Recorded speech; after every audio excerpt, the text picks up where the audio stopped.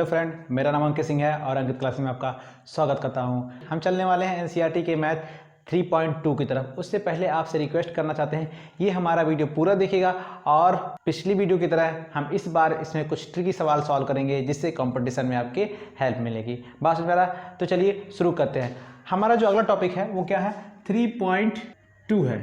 ठीक है, 3.2 के सवाल लगाने से पहले हम कुछ कॉन्सेप्ट के बारे में जान लेते हैं, फिर हम आगे सवाल की तरफ चलेंगे, क्योंकि अगर हम कॉन्सेप्ट सीख जाएंगे तो सवाल में दम नहीं होता है। ठीक है, तो चलिए हम पहले कॉन्सेप्ट की बात करें। अगर हमारे पास दो रेखा कौन कौन सा a1x b1y प्लस c1 बराबर 0 दिया हो और दूसरा क्या दिया हो a2x plus b2y plus c2 equal to क्या दिया हो 0 दिया। अगर ये रेखा एक दूसरे को, ठीक है, बाइसेक्ट कर रही है, यानी कि एक दूसरे को क्या कर रही है, किसी पॉइंट पे प्रच्छेदित कर रही है, तब उनका एक हल होगा, यानी कि एक इनका निर्देशांक निकलेगा जो इन दोनों समीकरणों को क्या करेगा, संतुष्ट करेगा।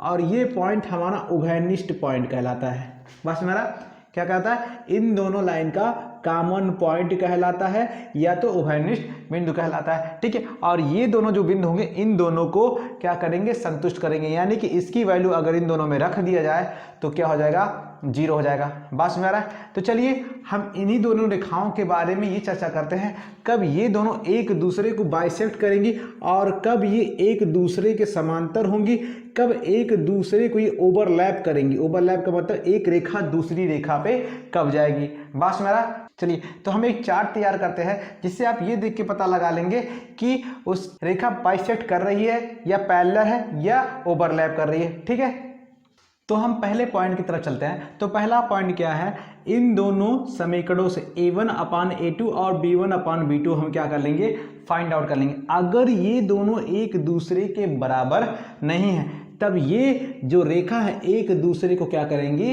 प्रच्छेदित करेंगी और केवल इनका क्या होगा, एक हल होगा। इसका मतलब ये है कि अगर दो equation 2x plus 5y plus 3 ले लिया हमने बराबर 0 और अगला ले लिया 7x प्लस 9y और प्लस 4 इक्वल टू हमने क्या ले लिया 0। अगर इनका रेशियो निकालें, x के गुणांकों का अनुपात निकालें, पहले 2/7 और 5/9, बस मेरा ये क्या बराबर है, बराबर नहीं है। तो यानी कि अगर इनको हम सॉल्व करेंगे तो इनका केवल एक ही पॉइंट मिलेगा जो क्या होगा, इन दोनों को इंटरसेक्ट कर रहा होगा, यानी कि प्रच्छेदित कर रहा होगा। वही कॉमन पॉइंट इस दोनों समीकरणों क्या होगा, हल होगा।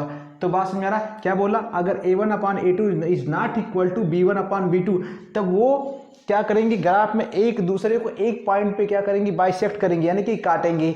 बस तो उनका केवल एक ही हल होगा, यानी कि एक ही पॉइंट मिलेगा जहां वो क्या करेंगी, कट करेंगी। बात समझ में आ रहा है? दूसरा पॉइंट देखिएगा, अगर लिखा, अगर कहीं आ जाए इनका कोफिशिएंट, यानी कि a1/a2 equal to b1/b2 equal to c1 upon क्या गया c2, तो हम कह सकते हैं रेखा क्या होगी, समपाती होगी और अपरिमित रूप से क्या होंगे, अनेक हल होंगे। इसका मतलब समझिएगा, अगर हमें कोई लाइन दे दिया है 2x plus 5y plus 15 equal to क्या आ गया 0 और अगला इक्वेशन दे रखा है 4x प्लस 10y प्लस कितना आ गया हमारा 13 इक्वल टू क्या दे रखा है 0।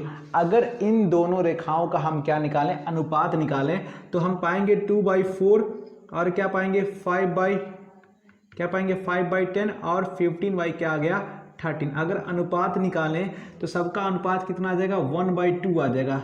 बस मेरा इसका मतलब ये है कि जो रेखा है वो रेखा, ये पहली रेखा हो गई और दूसरी रेखा भी इसी लाइन पे क्या करेगी, जाएगी, यानी कि इसी लाइन पे। बात समझना, यानी कि इन दोनों रेखाओं के बीच का जो कोण बनेगा वो कितना बनेगा, 0 डिग्री। ठीक है, यानी कि उसी पे जाएगा। बात समझ रहा, अगर पैरेलल होगा तब भी 0 डिग्री बनेगा, परंतु क्या ये दोनों रेखा होगी हमेशा एक दूसरे के ऊपर ही क्या करेंगी, ओवरलैप करेंगी। जैसे ये रेखा इसी के ऊपर दूसरी रेखा क्या हो रही है, जा रही है।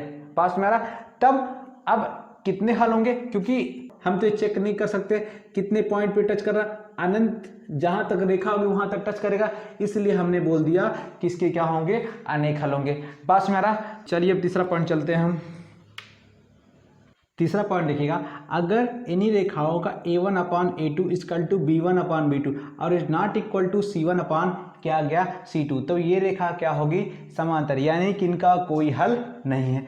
तो समीकरण समझिएगा, जैसे हमारे पास कोई समीकरण हो 5x प्लस 15y और 8 इक्वल टू 0 दे रखा है, ठीक है। और दूसरा इक्वेशन है 10x plus 30y equal to कितना दे रखा है, 4 और 0 दे रखा है। अब अगर इनका अनुपात निकालें हम तो क्या जाएगा 5/10 और दूसरे का जाएगा 15/13 और 8 क्या जाएगा हमारा 4। अगर इनको सॉल्व करें 1/2 और ये भी 1/2 और कितना आ गया 2। तो हमें दिख रहा है कि ये दोनों इक्वल हैं पर इसके इक्वल नहीं है।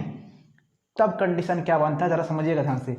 तब ये रेखा एक दूसरे के हमेशा क्या होंगी, पैरेलल होंगी, यानी कि समांतर होंगी, यानी कि कभी एक दूसरे को बाइसेक्ट नहीं करेंगी। जब बाइसेक्ट नहीं करेंगी, ओवरलैप नहीं करेंगी, तब इनका कोई हल होगा, अनंत चली जाएंगी पर ये कभी मिलेंगी नहीं। जब ये कभी मिलेंगी नहीं तो इनका कोई हल नहीं होगा। बात मेरा 3 केस होता है किसी भी रेखा का, ठीक है। जैसे या तो कोई रेखा है इसे बाइसेक्ट करे यानी कि इसे काटे, तब कितने हल होंगे, एक हल होंगे। या तो ये रेखा दूसरे रेखा ऊपर ही जाए यानी कि क्या करे, ओवरलैप करे, तब क्या होगा हमारा, तब अनेक हल होंगे। अगर एक दूसरे के पैरेलल है यानी कि कभी इनको टच नहीं कर रही है और ना ही इनको कट कर रही है, तब इनका कोई हल नहीं होगा। ये हमारा तीसरा पॉइंट है, ठीक है, इसे नोट कर लीजिए। चलिएगा अब चैप्टर पे आते हैं। तो 3.2 का जो हमारा पहला सवाल है वो सवाल में क्या कह रहा है, कह रहा है कि कक्षा 10 में 10 विद्यार्थी हैं, ठीक है, जो गणित की पहली प्रतियोगिता में क्या कहते हैं भाग लिए। यदि लड़कियों की संख्या लड़कों से कितनी अधिक है, 4 अधिक है, तो प्रतियोगिता में भाग लेने वाले लड़के और लड़कियों की संख्या क्या करिए, हमें ज्ञात करनी है। और सवाल 1 में क्या कह रहा था कि उनका समीकरण युग्म बनाना और ग्राफ विधि से क्या करना, हल करना है। तो चलिए, लेकिन यहाँ पे एक चीज़ देखिएगा, यहाँ पे एक चीज़ अननोन है, लड़कों और लड़कियों की संख्या क्या है, अननोन है, यानी कि हमें ज्ञात नहीं है। तो हम मान लेंगे, देखिएगा, माना लड़कों की संख्या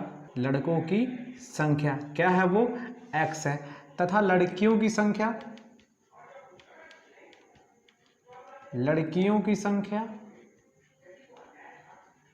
क्या मान लिया हमने, y मान लिया। तो क्वेश्चन के फर्स्ट स्टेप में देखिएगा क्या कह रहा है कि कक्षा 10 में कितने विद्यार्थी हैं, टोटल 10 है, यानी कि लड़कों और लड़कियों की संख्या मिला के कितनी है, 10 है। यानी कि फर्स्ट स्टेप में x प्लस वाई बराबर कितना जाएगा हमारा, 10 आ जाएगा। और दूसरे स्टेप में क्या कह रहा है कि लड़कियों की जो संख्या है लड़कों से क्या है, 4 अधिक है। तो ये हो गया हमारी लड़कियों की संख्या, ये हो गया लड़कों की संख्या। अगर लड़कों में 4 जोड़ दिया जाए तो लड़कियों की संख्या बराबर होगी नहीं होगी, होगी ना। सवाल में ये कह रहा था कि जो लड़कियों की संख्या है लड़कों से कितनी अधिक है, 4 अधिक है, यानी कि लड़कों में 4 जोड़ देंगे तो लड़कियों क्या आएंगे, बराबर आएंगे। बस मेरा इसको हमने मान लिया समीकरण नंबर 1। अगर इसको सॉल्व करें तो y माइनस क्या हो जाएगा, x इक्वल टू क्या हो जाएगा, 4। समीकरण तो हमने निकाल लिया। अब क्या खींचना है, इनके बीच ग्राफ खींचना है। तो हम बात करेंगे समीकरण नंबर 1 से। देखिए समीकरण 1 से क्या करेंगे हम, पहले उसी तरह जिस तरह हमने आपको सिखाया था, पहले हम क्या खींचेंगे, एक चार्ट बनाएंगे, ठीक है। उस चार्ट में हम क्या मानेंगे, एक को x मानेंगे, एक को y मानेंगे। और एक x को जब हम 0 लेंगे तो बात करें समीकरण 1 में, तो x बराबर 0 तो y इक्वल टू क्या आ जाएगा हमारे पास, 10 आ जाएगा। फिर अब किसको 0 लेंगे, y को हम 0 लेंगे, तो जैसे y बराबर 0 तो x बराबर भी कितना आ जाएगा हमारा, 10 आ जाएगा। बस हमारा ये किसका आ गया, हमारा समीकरण नंबर 1। अब बात करते हैं समीकरण नंबर किसकी, 2 की। 2 के लिए भी इसी तरह हम क्या खींचेंगे, एक चार्ट खींचेंगे, ठीक है। और हम क्या मानेंगे, एक कॉलम में x मानेंगे और एक कॉलम में हम क्या मानेंगे, y मानेंगे। एक बार x को क्या लेंगे हम, 0, किसमें, समीकरण नंबर 2 में। ये हमारा समीकरण नंबर 2 है। जैसे इसमें x बराबर 0 रखेंगे, y इक्वल टू क्या मिल जाएगा हमें, 4 मिल जाएगा। और जब y बराबर हम 0 रखेंगे तो x बराबर कितना हो जाएगा, -4 हो जाएगा। बस मेरा अब क्या खींचेंगे, इसमें हम ग्राफ खींचेंगे। बस मेरा तो एक चीज़ देखिएगा कि जो x में कोऑर्डिनेट मिला वो क्या मिला, 10 और 0, और y में जो कोऑर्डिनेट मिला वो क्या मिला हमें, 0 और 10 मिला। बस मेरा, और जो यहाँ पे x में कोऑर्डिनेट मिला वो -4 और क्या मिला है, 0, और y में जो कोऑर्डिनेट मिला है वो क्या मिला है, 0 और 4 मिला है। बस मेरा, तो चलिए आगे चलते हैं। तो हमने ये ग्राफ खींच लिया। अब क्या करेंगे, हम इनको नंबरिंग करेंगे, यानी कि पहला 10 तक है, 10 तक नंबर करेंगे, 1 2 3 4, इसको भी 10 तक करेंगे, यानी कि ये पॉइंट हमारा क्या होगा 10 और 0, और ये जो पॉइंट होगा हमारा वो क्या होगा 0 और 10 होगा। बात समझ में आ रहा है? ठीक है, तो अब देखिएगा यही वो पॉइंट आ रहे हैं जो रेखा एक द्वारा क्या हो रहा है, निरूपित हो रहा है। यानी कि x किस कोऑर्डिनेट पे काट रहा है, x को 10 और 0 पे और y को 0 और 10 पे। यानी कि हम इस जब इन दोनों पॉइंटों को आपस में हम मिला लेते हैं तो हमें रेखा एक मिल जाता है। बात समझ आ गया? अब रेखा 2 कहाँ काट रहा है, x को -4 पे, तो -4 कर लेते हैं। ये क्या गया -4 और कितना गया हमारा 0, और y पे किस पे काट रहा है 4 पे, तो 1 2 3 4 यानी कि यहाँ पे काट रहा है। y पे यहाँ काट रहा है 0 और 4 पे, और x को कहाँ काट रहा है -4 और 0 पे। अब इन दोनों पॉइंटों को हम क्या कर लेंगे, मिला लेंगे। अब यही जो हल होगा वही क्या होगा, लड़कों और लड़कियों की संख्या होगी। जब आप ग्राफ में बनाएंगे तो वहाँ स्पष्ट दिख जाएगा। हम जनरली इसको लड़कों और लड़कियों की संख्या निकालने के लिए हम इसी इक्वेशन क्या करेंगे, सॉल्व करेंगे। ठीक है, तो हम क्या करते हैं देखिएगा, समीकरण 1 धन 2 से, समीकरण 1 धन 2 से, तब समीकरण 1 क्या था हमारा यहाँ पे देखिएगा, x plus y equal to 10 था, और जो हमारा दूसरा समीकरण था वो क्या था, y minus x equal to कितना था हमारा 4 था। चलिएगा, अब क्या करेंगे, इनको हम जोड़ देंगे तो देखेंगे x और x क्या हो जाएगा, कट जाएगा। y कितना हो गया हमारा 2y, अब इन दोनों को जोड़ लेंगे, 10 4 कितना आ गया हमारा 14 आ गया। अब y बराबर यहाँ से अगर हम निकाले तो y बराबर कितना आ जाएगा 14/2, यानी कट के कितना आ जाएगा 7, यानी कि y इक्वल टू कितना आ जाएगा हमारे पास 7 आ जाएगा। बस मेरा अब ये मान उठा समीकरण नंबर 1 में पुट कर देंगे, तो लिखते हैं y का मान समीकरण 1 में क्या करने पर, रखने पर। ठीक है, तो 1 में हम रख देते हैं। तो 1 में जैसे ही हम रखते हैं तो देखिए क्या था, x plus y equal to 10, तो x और y का मान पुट करना है कितना 7 इक्वल टू कितना आ गया हमारे पास 10 आ गया। ठीक है, तो x की वैल्यू निकालेंगे, उधर ले घटा देंगे, तो 10 माइनस 7 यानी कितना आ गया हमारा 3, यानी कि x की वैल्यू कितनी आ गई 3 आ गई। ठीक है, तो हम यहाँ से कह सकते हैं जो लड़कों की संख्या थी, लड़कों की संख्या वो कितनी है हमारे यहाँ पे 3 है, और जो लड़कियों की संख्या है वो कितनी है 7 है। बात समझ में आ रहा, इसे अब नोट कर लीजिए। ठीक है, चलिएगा अब हम बात करते हैं, जो हमने कहा था कि कुछ ट्रिक सिखाएंगे, तो हम सवाल नंबर ट्रिक का पहला है। ठीक है, तो आपको यहाँ दिख रहा होगा सवाल में क्या कह रहा है, एक सवाल हमारे पास क्या लिखा है 1 माइनस 1/2, और क्या लिखा है 1 माइनस 1/3, और लिखा है 1 माइनस 1/4, और 1 माइनस 1/5 लिखा है। ठीक है, 5, और डैश डैश कहाँ तक है हमारा 1 माइनस 1 क्या है 40। अब ये हमें इसका आंसर पूछ रहा है कि इसमें से कौन सा ऑप्शन होगा, तो हम सीधे बता सकते हैं इसका ऑप्शन 1 बटा क्या होगा 40 होगा। ठीक है, जो कौन सा मैच कर रहा है हमारा, ऑप्शन नंबर सी मैच कर रहा है। क्लियर है? अब देखिए हमने इसे किया कैसे, हमने बिना सवाल लगाए ही कर दिया। ठीक है, अगली बार आप भी सॉल्व करेंगे बिना लगाए, तो देखिएगा कैसे ये सॉल्व होता है। ये कॉन्सेप्ट होता है, अगर आप इसे दिमाग में बैठा लें तो सवाल लगाने की जरूरत नहीं पड़ती। कैसे, जैसे 1 2 एक कम 2 और 1 घट जाएगा, कितना जाएगा ये 1/2 आ जाएगा। जब इसको इसमें घटाएंगे तो कितना जाएगा 3 एकाने 3, और घट के कितना जाएगा 2/3 आ जाएगा। इसको घटाएंगे तो कितना जाएगा हमारा 4, यानी कि 3 कितना जाएगा 4। इसी तरह इसको घटाएंगे तो कितना जाएगा हमारा 4/5 आ जाएगा। ऐसे डैश डैश जो इसको इसमें घटाएंगे कितना आएगा हमारा 39 कितना जाएगा हमारा 40। तो ध्यान दीजिएगा क्या भाग कट रहा है, ये 2 से 2 कट रहा है, 3 से 3 कट रहा है, 4 से 4 कट रहा है, 5 से 5 कट जाएगा, ऐसे सब करते 39 से 39 कट जाएगा।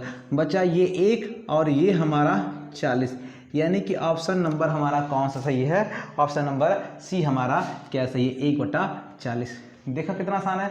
ठीक है, और देखिएगा अगला सवाल, देखिएगा सवाल नंबर दूसरा क्या कह रहा है कि 1 माइनस 1/2, और क्या दिया है 1 माइनस 1/3, और दिया है 1 माइनस 1/4, और दिया है 1 माइनस 1/5 डैश डैश कहाँ तक ये नहीं दिया, पर हमने लिख लिया 1 माइनस 1/17, और कितना जगह x बटा कितना जगह x बटा कितना आ गया हमारा 70। तो ऑप्शन क्या होगा? तो ध्यान दीजिएगा, पिछली बार यहाँ 40 था तो 1/40 आया था, तो इस बार भी 1/70 लिखा हुआ, तो यहाँ कितना आएगा? 1/70 आएगा, यानी कि x का मान कितना आएगा हमारा? 1 आएगा। बस मेरा देखा हो गया। तो ऑप्शन नंबर हमारा कौन सही है? ई सही है। अगर आपको बिलीव नहीं है तो हम सॉल्व करते हैं इसको। तो सॉल्व करेंगे, क्या जाएगा? ये 1/2 आएगा, और ये 2 क्या आएगा? 3 आएगा, और ये 3 क्या आएगा? 4 आएगा, और ये 4/5 आएगा। डैश डैश करते करते क्या जाएगा? 69 क्या जाएगा हमारा? 17 आएगा। फिर ठीक है, इससे ये कट जाएगा, इससे ये कट जाएगा, इससे ये कट के, ऐसे सारे कट के, और ये कट जाएगा, तो 1 कितना आ जाएगा? 70 आ जाएगा, जो किसके बराबर होगा? x/70 के। नीचे बेस बराबर है, सॉरी हर बराबर है, इसलिए अंश भी क्या होगा? बराबर, इसलिए x बराबर कितना आ गया हमारा? 1 आ गया। हम इस सवाल को बिना लगाए ही बोल सकते हैं। ठीक है, अगली बार अगर कोई भी क्वेश्चन इस टाइप का पूछे, यहाँ अगर 50 कर दे रहा है, ठीक है, तो इसका आंसर ये लास्ट का 1 कितना आएगा हमारा? 50 आएगा, जब वो इस टाइप में लिखा हो। कुछ भी लिखा हो लास्ट का खाली वो कर दिएगा, बाकी सब इनटू में है, वो क्या हो जाएगा? कट जाएगा। ठीक है, इसे नोट कर लीजिए।